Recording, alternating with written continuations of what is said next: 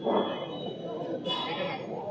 পর্যায়ে আমাদের সামনে বক্তব্য রাখবে খুলনা 5 আসন থেকে হাজি এম এ জলিল ভাই।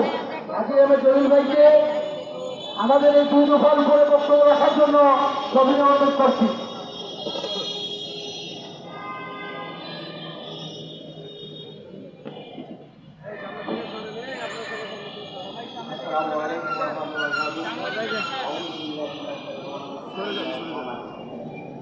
সংগ্রামী সাধারণ জনতা,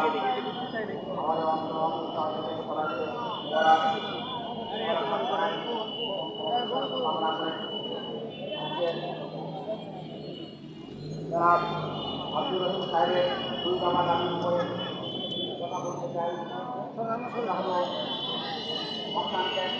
বস্তি এবং কর্মীরতা মাঠে আজকে 1953 সাল থেকে 1953 সাল থেকে 2021 সাল পর্যন্ত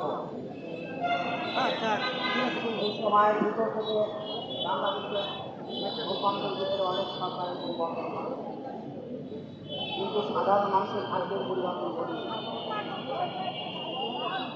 এই ভাগ্যের পরিবর্তন ঘটানোর জন্য আমাদের জনাব মোহাম্মদ আব্দুর রহিম ভাই হাসানকে বস্তি নির্মাণ করেন সাধারণ মানুষের জন্য, সাধারণ বাসস্থানের জন্য, সাধারণ মানুষের কল্যাণ সাধনের জন্য।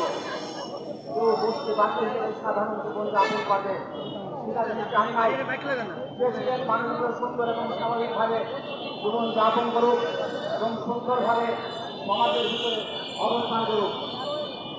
কিন্তু কালো ভেঙে দেখা গেল এই কর্মের ভিতরে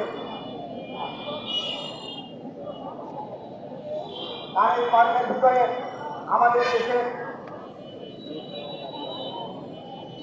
পরিচালনা পর্ষদ, সরকার তথা এই দেশের যারা জনক এবং জনগণের দাবির প্রেক্ষাপট নিয়ে যারা কথা বলেন, সেই প্রেক্ষাপটে আমাদের এই কার্যক্রমগুলো বন্ধ করে দিলেন। বন্ধ করে দিয়ে ওনাকে গ্রেপ্তার করলেন। গ্রেপ্তার করে শান্ত হলেন না, ওনাকে জেল ছাড়া করে দিলেন। ওনার ছোট ছোট ছেলে মেয়েদের শিক্ষার জন্য এদেশে জায়গা হলো না। আজকের এই প্রেক্ষাপটে বলতে চাই, 1971 সালে বাংলাদেশ স্বাধীন হয়েছিল। এরপরে 1971 সালের পরে 74 সাল 75 সালে বাংলাদেশ আরেকবার স্বাধীন হয়। 1978 সালে আর এক সরকার গঠন হয়। 1978 সালের পরে 1981, 82, 82 সালে আবার নতুন সরকার গঠন হয়। এই সরকারের পতন হয় 1989 সালে, 91 সালে আবার নতুন সরকারের গঠন হয়। এমত অবস্থায় আবার নতুন করে সরকার আসে। এভাবে চলতে চলতে 2024 5ই আগস্ট নতুন বাংলাদেশ গঠিত হয়। এই নতুন বাংলাদেশের সরকার বর্তমান মানুষের জনগণের জন্য, কল্যাণের জন্য, সাধারণ মানুষের স্বার্থের জন্য তথা ছাত্র জনতা, সাধারণ শ্রমিক, খেটে খাওয়া মানুষের জন্য, নতুনভাবে জীবনযাপন করার জন্য আবার মনটা ছাত্র জনতা রক্ত দিয়েছিল। এমনকি একজন ঠেলাগাড়িওয়ালা, রিক্সাওয়ালা পর্যন্ত জীবন বিসর্জন দিয়েছিল নতুন বাংলাদেশে নতুন করে বাঁচার জন্য, নতুনভাবে কথা বলার জন্য।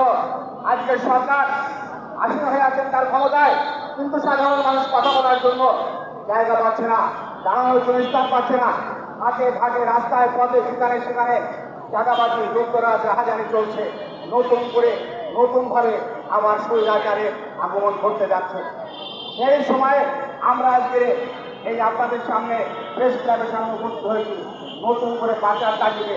সবাই যখন শেষ হয়ে গেছে, যখন দেওয়ালে থেকে গেছে, বাঁচার এবং যাওয়ার কোনো রাস্তা যখন নেই, নতুন করে আমাদের দাবি আদায়ের লক্ষ্যে, খেটে খাওয়া মানুষের বেঁচে থাকার লক্ষ্যে, জীবন যাপনের জন্য আজকের আপনাদের সামনে আবার বসে হয়েছি। আপনারা সবাই আমাদের সাথে সম্মিলিতভাবে একাত্মতা পোষণ করে আগামীভাবে নতুন করে জীবন বাঁচানোর জন্য, নতুন করে জীবন গড়ার জন্য এবং নতুন করে দেশ ও রাষ্ট্র তথা এই জীবনের পরিবর্তনের জন্য, রাষ্ট্র পরিবর্তনের জন্য আমরা নতুন করে নতুনভাবে সাজাবো এই দেশটাকে তথা এই দেশের মানুষের ভারতের উন্নয়নের জন্য যে প্রস্তাব আমরা দিয়েছিলাম, যে আশা নিয়ে আমরা এগিয়ে গেছিলাম, সেই আশা তথা বাঁচানটাকে যে প্রকল্পকে নতুন করে পুনরুদ্ধার করা হবে তথা